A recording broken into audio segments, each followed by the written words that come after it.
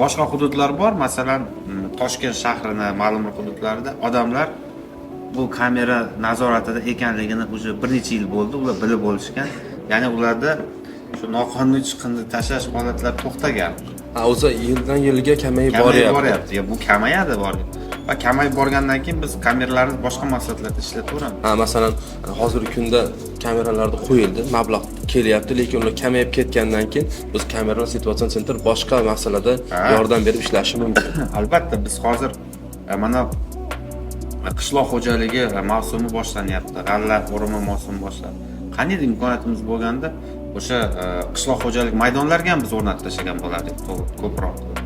Chunki o'sha g'allani yoqib ketish holatlari bor, juda ko'p. Keyin daraxt kesish holatlari bor yoki nima deydi, noqonuniy brakonyerlarimiz yuradi. Mana daryolar bo'ylariga qaniydi ko'proq qo'yib olsak, noqonuniy o'sha brakonyerlar tok elektr energiyasi orqali baliq ovlashga harakat qilyapti. Bir vaqt o'zida atrofdagi hamma narsani o'ldiradi. Ularni faoliyatini nazoratga olishga agar ko'proq kameralarimizni ishlata olganimizda biz buyog'iga ham qaratib qo'ygan bo'lardik. Lekin biz bu ishlar boshqa qilyapmiz-da, hammasi.